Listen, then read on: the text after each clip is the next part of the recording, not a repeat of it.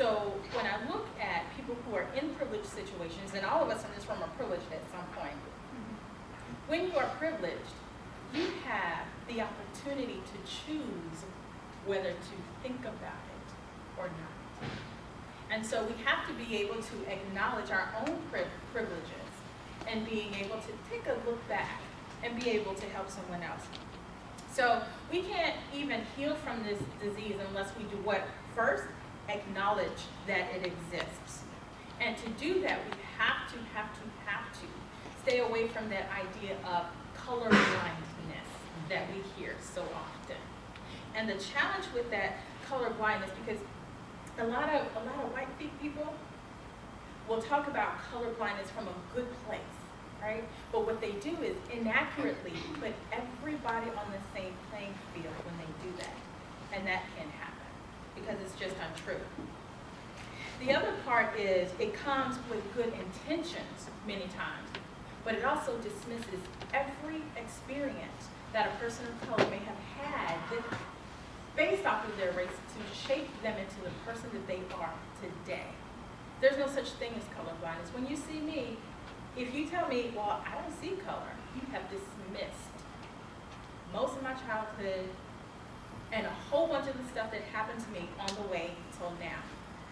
Black people claim that they're colorblind too. Oh my God. You look in the mirror and you don't see yourself? What are you, Casper? So, what I understand that to do, that's sometimes a defense mechanism. Sometimes it's to numb the pain. Sometimes it's even an affirmation of what we're hoping for, but without the proper legislation. That's the issue. The Black experience here in the United States is also multidimensional. Different families from Africa came from different places, different countries with different mores, different languages, and they were placed in one condition where their common goal was survival.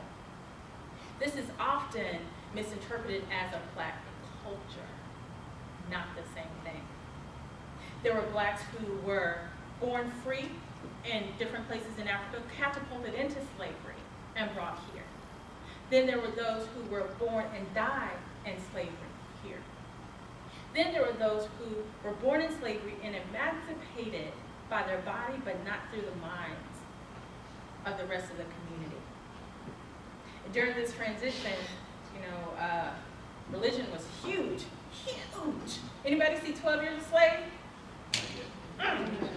Look out for my blog on that within the next week or two. If you haven't seen it, you just please make sure that you see that one. But I say all that to say that their imposed religion, understand they already had a religion when they got here.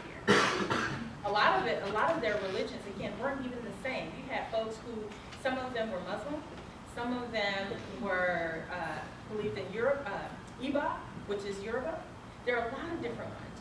But what they did was they used it, one, to appease their oppressors. They also used it as creative ways to communicate to each other. And it wasn't until later did they accept it as their own truth. And they did that for a few different reasons. One, that was a place that they could actually hold leadership roles. Another one, it was a place where they could have community.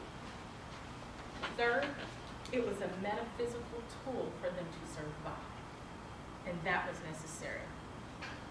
Slave experiences spanned 246 years, followed by another 100 years of post-slavery Jim Crow. And we're sitting here at around 50 years or so of legislation. We got a lot of work to do.